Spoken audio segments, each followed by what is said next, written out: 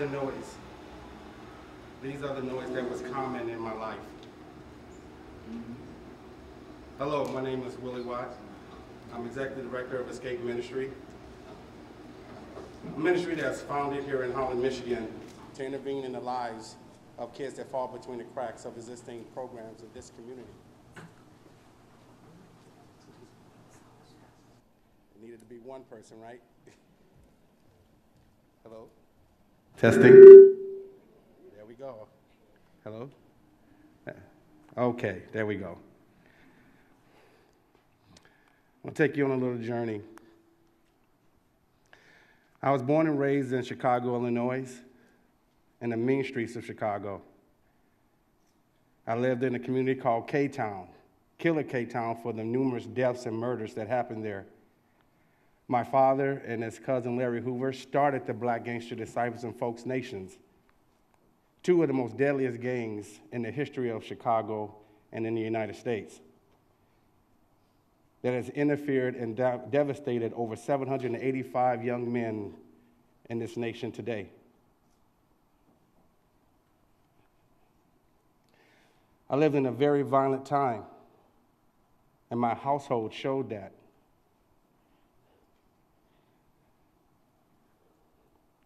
My father was so violent that he once killed a man for just walking into his backyard. This wouldn't be the first time I watched my father kill someone at age 7.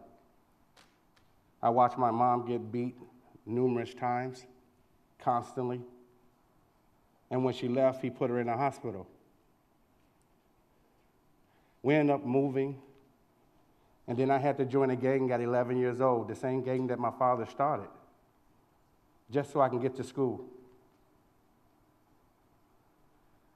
There were some hard times for me then because I was a kid that really wanted to be a lawyer, but I was told that I'll never be that. I'll be dead by the age of 16, that I would never amount to anything. There was only one thing that me and my friends liked to do when we was growing up in there. We used to ride the L's. And we'll ride the L's back and forth, and we went too far one time, me and my best friend, and we got caught by a rival gang on a platform there, and they asked us what we doing in their neighborhood, and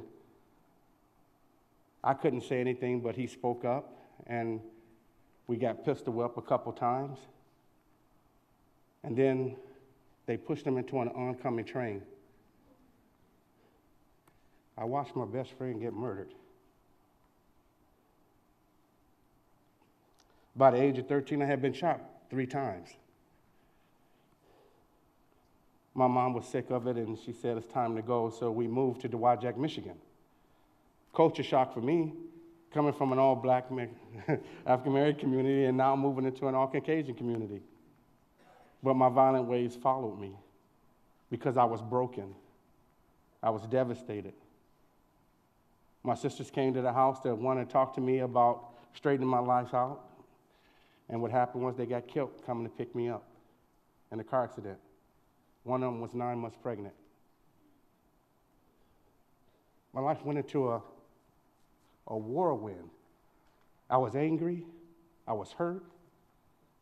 I didn't know what to do.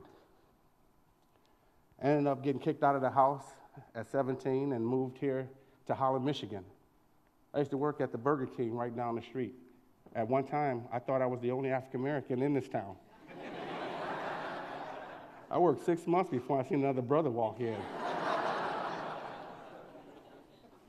But I started noticing a change in this community. A lot more young men started moving here,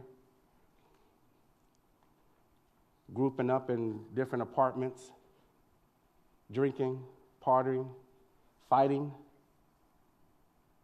This community started changing. And this was in 1985 to 1991. Gangs started showing up, and I had to leave because I didn't want to have to kill anyone or be killed by someone. I moved back here in 1998, and lo and behold, I moved into a community where all the African-American families were being firebombed.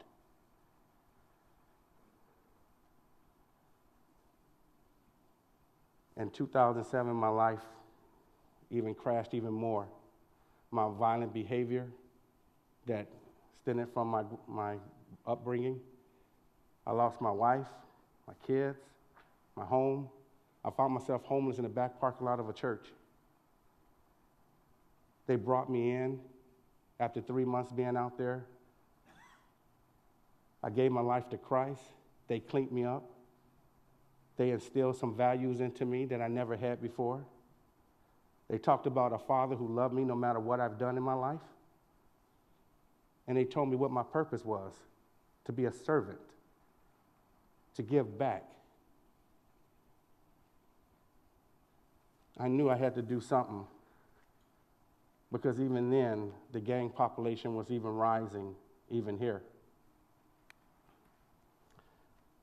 You ever went to conferences and seminars, and you go to these conferences and seminars to find something that might change your life, might change your business, might change your church, and even your community? And you get all these wonderful ideas, and because you don't know how to do them, you file them away. Wonderful ideas that might change the lives of individuals, and you file them away because you're ashamed that you might not be able to do them, or you're afraid to ask somebody else to help you do them. Well, I seen one of those ideas at a conference I went to, and I met a gentleman there named Father Doyle. Father Doyle is from Los Angeles, and he started a ministry called Homeboy Industries, which actually put gang kids to work. They actually had a bakery. They had a clothing, tattoo line. You name it, these kids worked in it. And they started changing their lives by working, by doing something positive with themselves. That blew me away. I knew that there's something that needed to be done for this community, and I knew I had an idea, but I needed to find somebody that would help me with it. So I would go to my church every Sunday, and I would talk to a city councilman, Dave Huckstra, and I would say, hey, I got an idea. We can start a summer jobs program here. Yeah. Can you imagine every Sunday seeing me walk up, and it got to a point where he'd see me and like, oh, there go Willie again. Okay. You know, yeah, Willie, let's talk about it. But finally, I broke down and said, Dave, this will work. And at the same time, there was 31 men here indicted in the Latin Kings. And I said, this is the time we need to act. Because when you take the head off the leadership, there's anarchy that happens and confusion. And in confusion, ideas are grown. And people make better choices sometimes if presented with a choice. So he got me an audience with the city manager, Ryan Cotton. And I sat there and I told Ryan, hey, I got an idea. And he gave me all these kind of stories like, we do pretty good here in Holland. We're the happiest town in right, in the nation, second, I think. I knew different.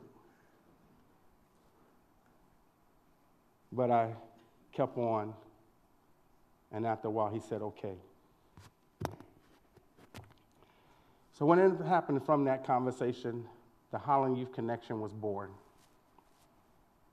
I don't even have my clicker, so somebody can. So the Holland Youth Connection was born, and what we did, we started a summer job program for 10 weeks, and it was deliberate, thank you, because of the fact that we got kids from 2 rival gangs, kids that didn't like each other, and we got them to work together. I knew that relationships that's been built on this work team would translate into the community, and it did. Let me give you two circumstances where it happened. Pedro, who was the Latin king, came to my office and said, man, I hate scraping the gum off the park sidewalks. I really don't like picking up the cigarette butts all the time. I said, well, hey, Pedro, that's your job. He said, yeah. And then he told me about a story where he went there and a couple of his other gang buddies was hanging out there smoking cigarettes. See, the gang had controlled this park. And he went there and said, hey, guys, you can't be here. And he's like, Pedro, why? He said, because I got to come here tomorrow and clean this park up. You can't be here. No, this ain't happening. See, Pedro took ownership of that park in a different way. Because he was the one that had to clean it, he didn't want nobody there messing it up. The park stayed safe that year.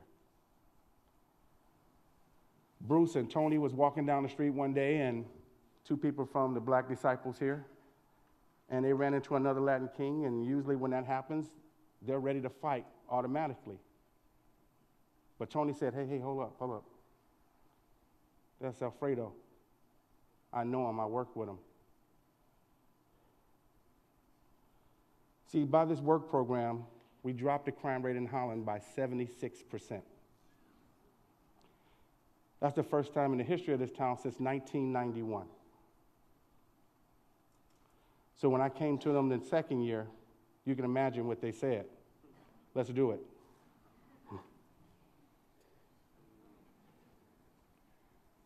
This is the turnout the second year. 7 different gangs. 7 different ethnicities. 7 different schools. The crime rate stayed the same, low. See, when you give kids an opportunity, they can change the community. These kids got a chance to give back to their community. I was one of those kids. We can never understand the noise that happens in their life daily if we don't take the time to get in their lives and help them become the people that we want them to be or who they can be. See, a church did that for me. And I designed a ministry to make sure that happened, especially with the kids that I see in this community. And it was all by deliberate collaboration.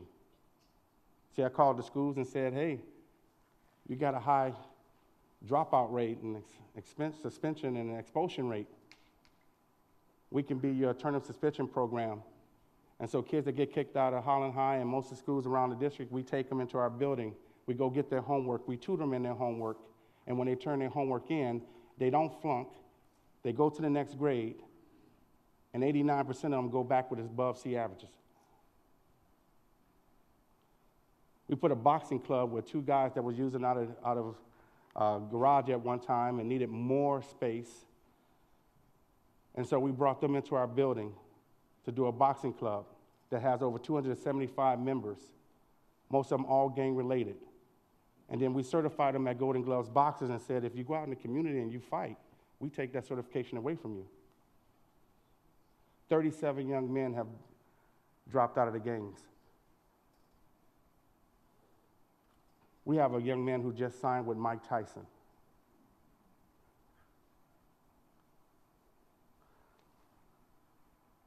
You are here to gather some good information about how you can change your life, your business, your church, and your community.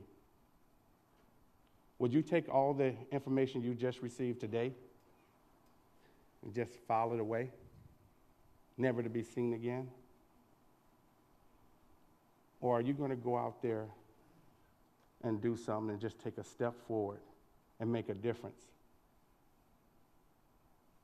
I would love to have been the fly on the wall when the city manager went to the mayor and said, hey, I got this guy named Willie Watt. We did a background check on him, and he's a felon and gang member, and He was homeless at one time, but he has a good idea. We have to start taking chances on people. We have to start being deliberate when we're looking at helping one another. We can make a difference. We can change the world. Amen? Amen. Thank you.